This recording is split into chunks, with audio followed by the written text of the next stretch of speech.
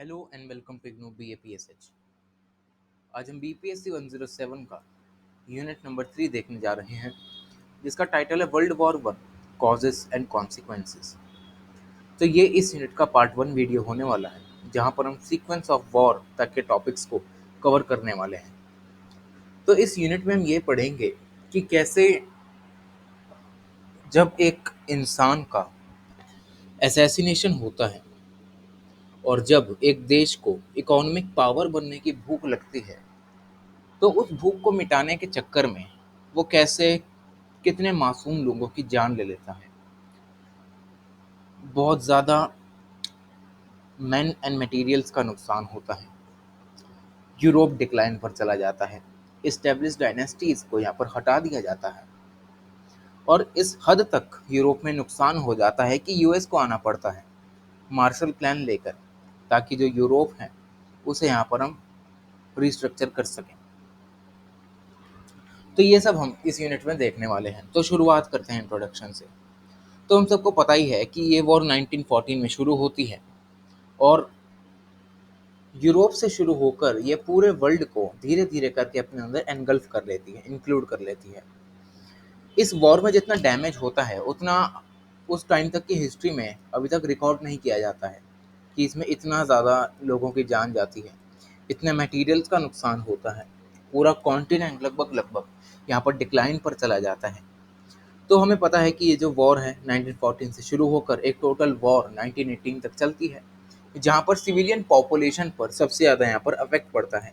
बहुत ज़्यादा बड़े स्केल पर बॉम्बिंग की जाती है सिविलियन एरियाज़ में, ह्यूज नंबर्स में, जिसकी वजह से हॉलोकॉस्ट भी यहाँ पर इसको कहा जाता है कि यहाँ पर जो नरसंहार है वो यहाँ पर किया जा रहा है। अब ये जो वॉर होती है एक टर्निंग पॉइंट लाती है हिस्ट्री में। जो वॉर यूरोप, एशिया, अफ्रीका और पैसिफिक में लड़ी जाती है, इसकी वजह से इसे यहाँ पर फर्स्ट वर्ल्ड वॉर कहा जाता है, क्योंकि सारे मेजर कॉन्टिनेंट्स तो आ ही जाते हैं, इसलिए वर्ल्ड वॉर कह दिया। इस वॉर की वजह से एस्टेब्लिश डायनेस्टीज कोलैप्स कर जाती हैं, यूरोप डिक्लाइन पर चला जाता है, अमेरिका डोमिनेट करने लगता है। इस वॉर से सोशलिज्म जैसी कुछ आइडियोलॉजीज भी निकलती हैं और इन आइडियोलॉजीज पर बेस्ड कुछ इंटरनेशनल इंस्टीट्यूशन भी बनाए जाते हैं। For example league of nation, जो कि 1920s के आसपास बनाया जाता है, ताकि आगे जाकर कोई भी ऐसी वॉर हमें देखने को ना मिले। ठीक है। और इसके बाद से ये कहा जाने लगता है कि हमें कुछ ना कुछ ऐसा कॉपरेशन करना है पूरे वर्ल्ड को एक साथ मिलकर, ताकि हम वॉर जैसी जो सिचुएशंस है उनको पूरी तरीके से यहाँ पर टर्मिनेट कर सकें। ठीक है, क्योंकि नुकसान तो अपना ही होना है एट दी एंड। तो ये सब यहाँ पर इसमें बताया गया है। अब बात करते हैं हम कॉजेज ऑफ वॉर की, कि ये जो वॉर है क्या ऐसे कारण रहे जिसकी वजह से इतनी बड़ी लड़ाई यहाँ पर लड़ी गई। तो शुरुआत करते हैं यहाँ पर 20th ऑफ जून 1914 से। तो ये एक ऐसा दिन होता है जहाँ पर कुछ Bosnian radical nationalist Habsburg throne पर उस समय पर जो राजा हुआ करते थे, आर्कड्यूक फ्रांसिस फर्डिनेंड, उसको यहाँ पर ही मार देते हैं, उसका असैसिनेशन कर दिया जाता है। पर इस असैसिनेशन को रियल कॉज ऑफ वॉर नहीं मानते, ये तो बस एक प्रीटेक्स्ट है। ठीक है, एक ट्रिगर पॉइंट माना जाता है। पर इसके साथ साथ बहुत सारे ऐसे यहाँ पर कारण होते हैं जिसकी वजह से वॉर लड़ी जाती है, जैसे कि कुछ economic rivalries, disputes over colonies, conflicting alliance systems in Europe, growing nationalist aspiration. तो ये सारे कुछ ऐसे मुद्दे होते हैं जिनको यहाँ पर मीडियम बनाया जाता है वॉर को लड़ने का। तो शुरुआत करते हैं हम इकोनॉमिक राइवलरीज से।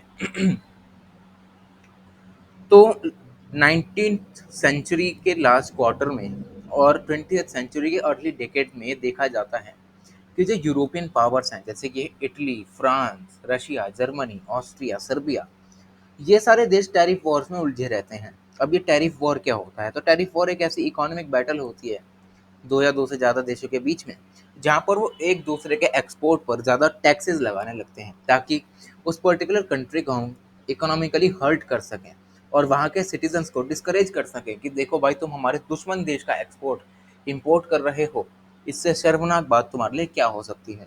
तो इसकी वजह से जो कंट्री है वो वहाँ के एक्सपोर्टिंग जो प्रोडक्ट्स होते हैं उसके यहाँ पर बाय करने से मना कर देती है, जिसकी वजह से जो एक्सपोर्टिंग कंट्री होती है उसको नुकसान झेलना पड़ता है। तो ये सब टैरिफ वॉर में आता है।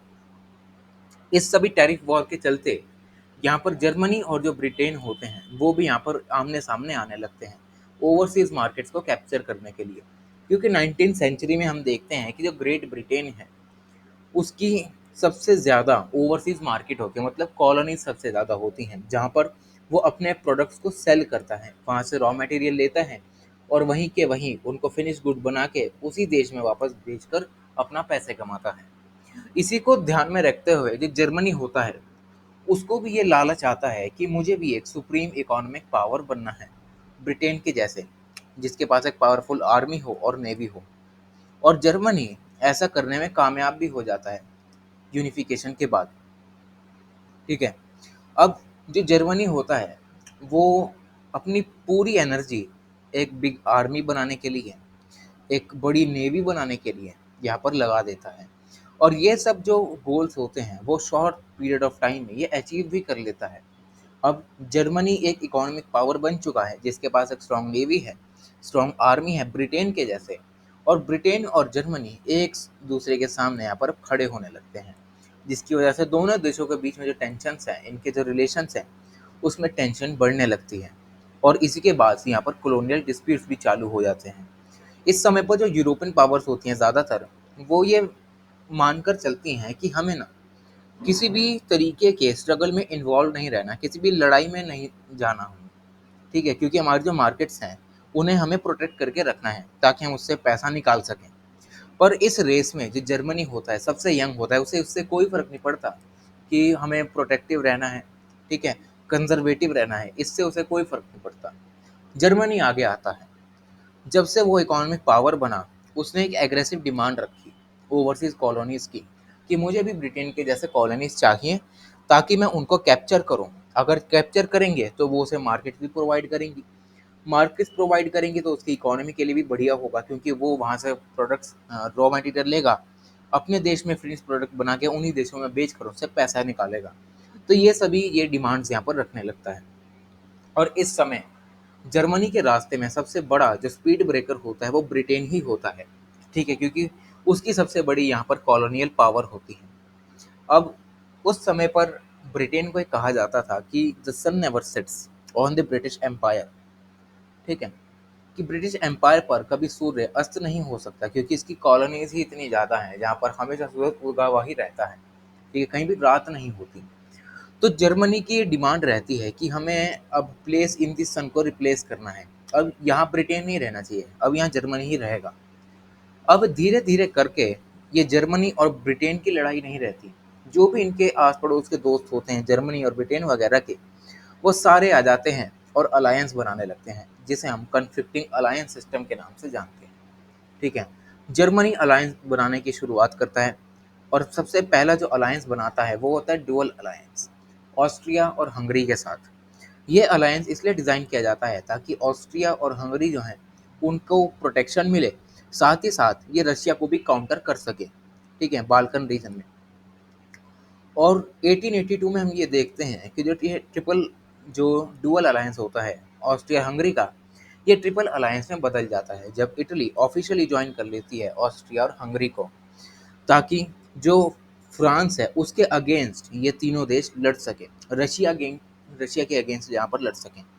तो ये सारे देश यहाँ पर मिलकर आगे आते हैं और यहाँ पर एक तरीके का स्टेटस को बनाने की कोशिश करते हैं, मतलब इस पर्टिकुलर एरिया में जहाँ पर ये तीनों देश हैं, ठीक है, सेंट्रल में, तो वहाँ सिर्फ इन्हीं देशों की चलेगी, कोई और देश अपनी यहाँ पर नहीं चला सकता। तो ये सब इनकी आइडियोलॉजी होती है उस समय पर। ठीक है, तो रशिया और फ्रांस जो होते हैं इन सभी को काउंटर करने के लिए वो भी अपना एक टेम्परेरी अलायंस बना लेते हैं 1893 में, जिसे हम एंटेंट के नाम से जानते हैं। इस एंटेंट का ये एम रहता है कि ट्रिपल अलायंस को काउंटर करना है, जिसमें ब्रिटेन होगा, फ्रांस होगा और रशिया होगा। ठीक है, अब जो ये अलायंस बनते हैं यूरोप में, उससे यहाँ पर यूरोप में डिवाइड पैदा हो जाता है। कुछ देश ऐसे होते हैं जो कि ट्रिपल अलायंस को ज्वाइन करते हैं, कुछ देश ऐसे होते हैं जो कि ट्रिपल एंटेंट को ज्वाइन करके रखते हैं। इसकी वजह से कॉलोनियल राइवलरीज और इकोनॉमिक राइवलरीज यहाँ पर बढ़ने लग जाती हैं एक दूसरे के दोस्तों के साथ। ठीक है, तो ये हो गया हमारा कॉलोनियल ये कन्फ्लिक्टिंग अलायंस सिस्टम। अब बात आती है यहाँ पर राइजिंग नेशनलिस्ट एस्पिरेशंस की। तो डिफरेंट डिफरेंट रीजन्स में हमने अभी तक देखा कि यूरोप में लड़ाई की शुरुआत हो चुकी है। देशों ने अलायंस को बनाना शुरू कर दिया है। डिफरेंट रीजन्स में यूरोप बट चुका है। पर इन रीजन्स में रहने वाली जो माइनॉरिटीज़ हैं, उनको अभी तक उनके राइट्स ही नहीं मिले। ठीक है। इंपीरियल रूलर्स जो होते हैं, वहाँ के रहने वाली माइनॉरिटीज़ को ऐसी हॉस्टाइल कंडीशंस में बांध कर रखते हैं, जिसकी वजह से उनकी ग्रोथ रुक जाती है। तो इन सभी को दबाने के चक्कर में जो यहाँ पर माइनॉरिटी लोग होते हैं, उनके जो नेशनलिज्म की फीलिंग होती है वो बढ़ने लग जाती है फॉरेन रूल के अगेंस्ट। ये यहाँ पर सेल्फ डिटर्मिनेशन के राइट को यहाँ पर डिमांड करने लगते हैं। जो फ्रेंच पीपल होते हैं एल्सेस लॉरेन में, ठीक है, वो जर्मन रूल से तंग आकर यहाँ पर विरोध करना शुरू करते हैं। हैम्सबर्ग एम्पायर जहाँ पर ऑस्ट्रिया और हंगरी रूल करते हैं, वहाँ के लोग भी इनको विरोध करना चालू कर देते हैं। ठीक है, क्योंकि इनको उनके राइट नहीं मिलते इन कॉलोनियल पावर से। तो ये सब यहाँ पर एस्पिरेशन से हमें पता लगता है। और जो ये एस्पिरेशंस होती हैं, ये धीरे धीरे मिलिट्री रेवोल्यूशनरी मूवमेंट में चालू हो जाती है। मतलब ये सीक्रेट रेडिकलिज्म यहाँ पर चालू कर देते हैं। मतलब धीरे धीरे पीठ पीछे ये सारे एम्पायर्स के यहाँ पर ये छुरा घोंपने की तैयारी में लग जाते हैं। मतलब एक बगावत के तौर पर यहाँ पर दे सकते हैं।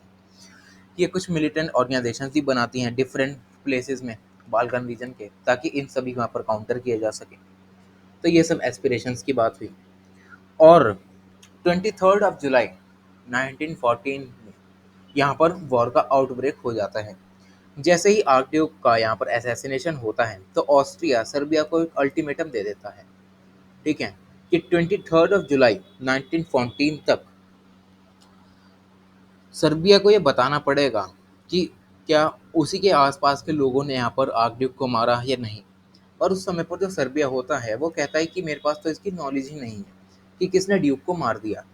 इस अल्टीमेटम में ये कहा जाता है कि जो डिमांड है, वहाँ पर सर्बिया ऑस्ट्रिया से माफ़ी मांगे, एंटी ऑस्ट्रियन मूवमेंट्स को सप्रेस किया जाए, जो ऑस्ट्रियन ऑफिशियल्स हैं उनको भी यहाँ पर रिस्पॉन्सिबिलिटी मिले, ताकि जो आर्कड्यूक फ्रांसिस फर्डिनेंड का मर्डर हुआ है उसमें भी ऑस्ट्रियंस का इंक्लूजन हो, ताकि उन्हें भी पता चले कि किस किस तरीके के लोगों ने इसको मर्डर यहाँ पर अंजाम दिया।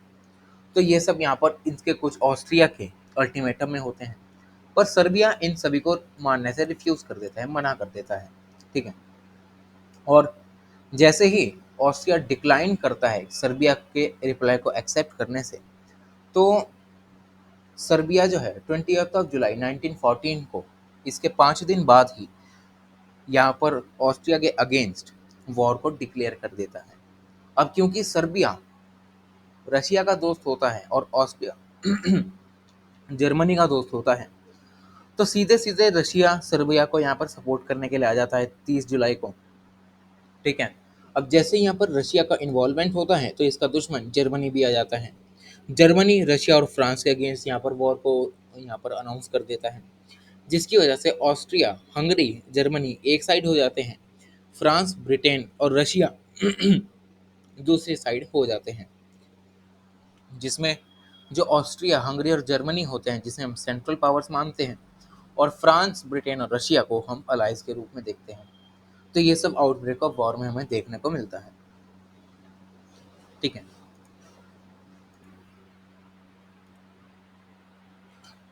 तो अब हम बात करते हैं sequence of events of the war, कि वॉर के इवेंट्स क्या क्या थे। ठीक है। तो जैसे ही वॉर का आउटब्रेक हुआ, मतलब लड़ाई शुरू हुई, तो इस समय पर ये देखा जा रहा था कि कोई ना कोई ऐसी पार्टी ज़रूर होगी जो कि विक्टोरियस बनेगी। पर ये सारे जो प्री अजम्पशंस थे वो रॉन्ग निकले, गलत निकले। ये वॉर 1 साल ना चलकर, कुछ महीने ना चलकर, 4 साल तक खिंचती रही। और इसमें मैन एंड मटेरियल का इतना ज़्यादा नुकसान हुआ कि यूरोप पूरा डिक्लाइन पर चला गया। भले ही विनर्स और लूजर्स यहाँ पर डिसाइड हो चुके थे, पर दोनों ही तरफ इक्वली यहाँ पर सफरिंग देखी गई। दोनों तरफ बहुत सारे लोग मरे, दोनों तरफ नुकसान हुआ, इकोनॉमी डाउन गई, दोनों तरफ की जो एस्टेब्लिश डायनेस्टीज थी वो भी कोलैप्स कर गई। पर अलायंस यहाँ पर जीत चुके थे, पर इसको भी अच्छी खासी कीमत इसकी चुकानी पड़ी। तो अब बात करते हैं हम यूरोपियन फेज ऑफ वॉर की, कि इस समय पर यूरोप में क्या चल रहा था। तो हमें पता है कि ये जो वॉर है वो 1917 तक यहाँ पर चलती है। ठीक है, वैसे 1918 तक चलती है। तो इसमें माना जाता है कि प्योरली ये कि यूरोपियन अफेयर है, मतलब यूरोप की वजह से ही ये पूरी लड़ाई लड़ी जा रही है। यूरोपियन इश्यूज की वजह से ये यहाँ पर लड़ाई लड़ी जा रही है, ताकि हम कॉलोनीज को ज़्यादा से ज़्यादा कंट्रोल कर सकें। ठीक है, इस समय पर यूरोप में ये सारी आइडियोलॉजी चल रही थी। दूसरी तरफ जो जर्मनी है, उसकी ये स्ट्रैटेजी थी कि फटाफट वॉर को ख़त्म करते हैं, फ्रांस पर अटैक करते हैं, पेरिस पहुंच जाते हैं, उसको कंट्रोल कर लेते हैं। पर ऐसा वॉरिंग पार्टीज में होता नहीं। ठीक है, किसी भी डायरेक्शन से यहाँ पर किसी भी तरीके का कोई डिसीजन नहीं आता और एक डेडलॉक बन जाता है। हैवी कैजुअलिटीज़ हमें यहाँ पर देखने को मिलती हैं। अगर हम कैजुअलिटीज़ की बात करें, पहले 4 महीनों में करीबन 7 लाख यहाँ पर होते हैं कैजुअलिटीज़, जिसमें से जो 8,50,000 कैजुअलिटीज़ जर्मन की होती हैं और 90,000 जो होती हैं वो ब्रिटिशर्स की होती हैं। तो ये सब हम देख सकते हैं, बहुत ज़्यादा कैजुअलिटीज़ यहाँ पर हमें देखने को मिलती हैं। अगर हम रशियन और बाल्कन फ्रंट्स पर देखें, तो यहाँ पर भी डिसाइसिव बैटल्स होती हैं, पर इन डिसाइसिव बैटल्स में भी कोई ना कोई कंक्लूजन नहीं निकलता।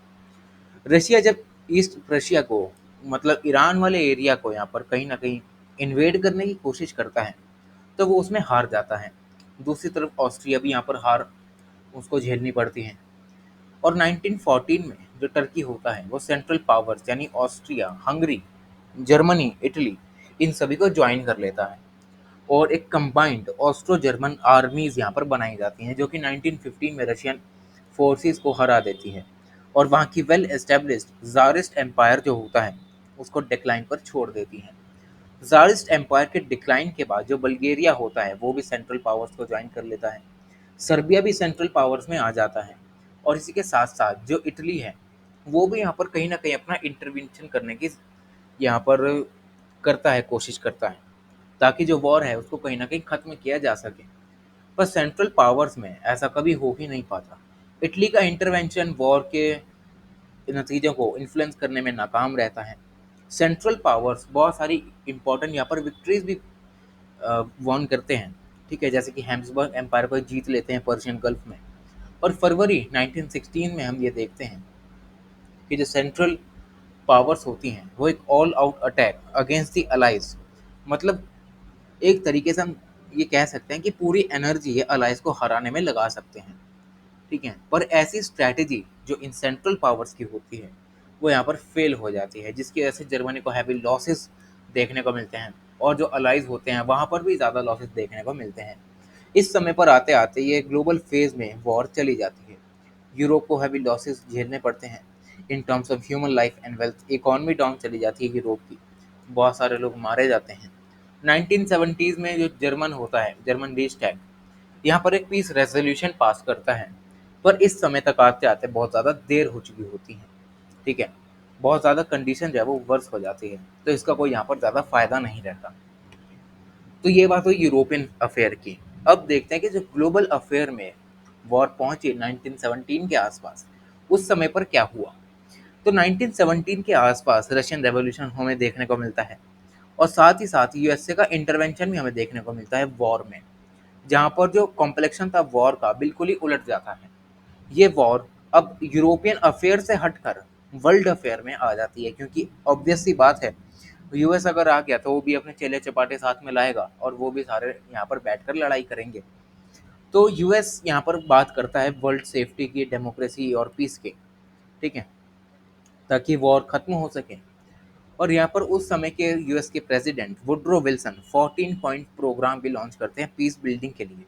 ठीक है, इससे होता क्या है कि यहाँ पर जो पीस बिल्डिंग है उसकी यहाँ पर पहल चालू हो जाती है और साथ ही साथ जो वॉर है वो अब एंडिंग पे हो जाती है। ठीक है, जो बोल्शेविक गवर्नमेंट आती है बोल्शेविक रेवोल्यूशन के बाद, तो यहाँ पर जो जर्मनी होता है, वो ब्रेस्ट लिटोवस्क ट्रीटी यहाँ पर साइन कर देता है मार्च 1918 में, जिसमें जर्मनी ये ऑप्ट करता है कि वो अब लड़ाई से बाहर हो रहा है। इससे कि जो जर्मनी और रशिया के बीच में लड़ाई होती है वो ख़त्म हो जाती है। अप्रैल 1917 में जो यूएसए है वो फाइनली अलाइज को सपोर्ट देना चालू कर देता है। और जो प्रेसिडेंट वुड्रो विल्सन का जो 14 पॉइंट प्रोग्राम होता है, उसमें भी यहाँ पर ये कहा जाता है कि यूएस जो है अब वो यहाँ पर अलाइज को सपोर्ट देगा। और जैसे ही यूएस यहाँ पर अलाइज को सपोर्ट देता है, तो अलाइज के पास एक स्ट्राइकिंग पावर आ जाती है, उनकी पावर दुगनी हो जाती है। USA both man and materials का यहाँ पर क्या करता है कि भेजने लगता है, बहुत सारे हथियार भेज दिए, बहुत सारे अपने सैनिक भेज दिए। और ये देखा जाता है कि 1918 तक जो अमेरिकन सोल्जर्स हैं वो 3 लाख सोल्जर्स बढ़ाकर भेजने लगता है वॉर में। अब इस समय पर अलाइज सबसे ऊपर है, उनके पास सबसे ज़्यादा पावर है। तो सेंट्रल पावर जो होती हैं वो यहाँ पर कहीं ना कहीं ऑफेंसिव अलाइज से डरने लगती हैं। ठीक है, इस समय पर जो पावर्स होती हैं धीरे धीरे सरेंडर भी करना शुरू कर देती हैं लेटर हाफ ऑफ 1918 में। जैसे कि बल्गेरिया सितंबर में यहाँ पर सरेंडर कर देता है, टर्की अक्टूबर में सरेंडर कर देता है, हैंसबर्ग एम्पायर डिसइंटीग्रेट हो जाता है नवंबर में, और जर्मनी तो पहले से ही यहाँ पर बाहर हो चुका था। तो ये सारा काम यहाँ पर चलने लगता है। तो अब बात करते हैं कि ये जो वॉर है, वर्ल्ड वॉर 1, उसमें इंडिया का क्या कंट्रीब्यूशन है। तो 1914 से 1918 तक की अगर हम बात करें तो इंडिया में हमें पता ही है कि ब्रिटिश रूल चल रहा था। तो जैसे ही फर्स्ट वर्ल्ड वॉर ब्रेकआउट हुआ तो जो ब्रिटेन है उसने अपने एफर्ट्स लगाना यहाँ पर चालू कर दिए। ब्रिटेन ने इंपीरियल ट्रूप्स को यहाँ पर बुलाया। ठीक है, इंडियन आर्मी कंटिजेंट से सितंबर 1914 तक ब्रिटेन ने अपनी उनको सेना में शामिल किया ताकि जर्मनी के अगेंस्ट वो लड़ सकें। ठीक है, और पहली जो टुकड़ी गई सेना की मर्सलिस में वो गई 26 सितंबर 1914 में। ठीक है, जिसमें जो सोल्जर्स थे वो मेरठ डिवीजन से थे, सिकंदराबाद कैवलरी से थे और लाहौर से थे। तो ये सारा कंट्रीब्यूशन था इंडिया का कि इंडिया ने भी वर्ल्ड वॉर 1 में अपना कंट्रीब्यूशन दिया। ठीक है, इन फेवर ऑफ ब्रिटेन, क्योंकि ब्रिटेन उस समय पर रूलिंग पावर था। इसने यहाँ पर ट्रूस बुलवाए मेरठ, लाहौर और सिकंदराबाद से। ठीक है, ताकि वो जर्मनी के खिलाफ लड़ सके। तो ये था उसका कंट्रीब्यूशन। और अगर हम देखें तो 1.5 मिलियन इंडियन सोल्जर्स इस वॉर में ब्रिटेन की तरफ से लड़ते रहे, जो कि पंजाब, उत्तर प्रदेश, महाराष्ट्र, तमिलनाडु, बिहार, वेस्टर्न पॉइंट जैसे गुजरात, राजस्थान और ईस्ट अफ्रीका, मेसोपोटामिया, इजिप्ट और गल्लीपोली, ये सारे कुछ एरियाज थे उस समय पर जो वहाँ पर जो ब्रिटेन था यहाँ से अपनी सोल्जर्स की कमी को पूरा कर रहा था। और अगर हम रिकॉर्ड देखें तो हमारी कंट्री ने लगभग लगभग यहाँ पर 1,70,000 जानवर दिए यहाँ पर लड़ाई में। 3.7 मिलियन टन सप्लाई दी जूट और सैंडबैग्स की, और एक बहुत बड़ा लोन दिया ब्रिटिश गवर्नमेंट को। ठीक है, ताकि जो वॉर है वो यहाँ पर चल सके और ब्रिटेन जीत सके। इस समय पर महात्मा गांधी और उनकी वाइफ कस्तूरबा गांधी ब्रिटेन में ही थे जब फिर ये जो वॉर थी वो ब्रोक आउट हुई। दोनों ने ऑक्सिलरी हॉस्पिटल्स में वॉलेंटियर का काम किया। मतलब ये जो इंडियन आर्मी के जो भी घायल सैनिक आते थे वो इनका इलाज किया करते थे। 16,000 इंडियन सोल्जर्स का इन्होंने इलाज किया जो कि फ्रांस और बेल्जियम में घायल होके हैं। ठीक है, तो ये सब हम ये मान सकते हैं कि जो इंडिया का कंट्रीब्यूशन था इस वर्ल्ड वॉर 1 में, भले ही ये डायरेक्टली पार्टिसिपेट ना किया हो इंडिया ने, पर इंडिया का भी कंट्रीब्यूशन अच्छा खासा रहा है। ठीक है, और वर्ल्ड वॉर 1 के खत्म होते ही यहाँ पर इंडियन इंडिपेंडेंस की भी शुरुआत कर दी जाती है। ठीक है, जहाँ पर जो इंडिया की इंडिपेंडेंट मूवमेंट होती है वो भी चालू कर दी जाती है। बहुत ही बड़े बड़े सेक्रीफाइस किए जाते हैं इंडिया के फ्रीडम मूवमेंट में। सेल्फ गवर्नमेंट में यहाँ पर ट्रांजिशन को हमें देखने को मिलता है। नेशनलिस्ट लीडर्स जैसे कि महात्मा गांधी, बाल गंगाधर तिलक, भगत सिंह वगैरह यहाँ पर ये आने लगते हैं। और इस वॉर के खत्म होते ही ये इनकी इंटेंसिटी भी बढ़ने लगती है। ठीक है, तो ये है इस पूरे पार्ट 1 में। तो थैंक यू सो मच।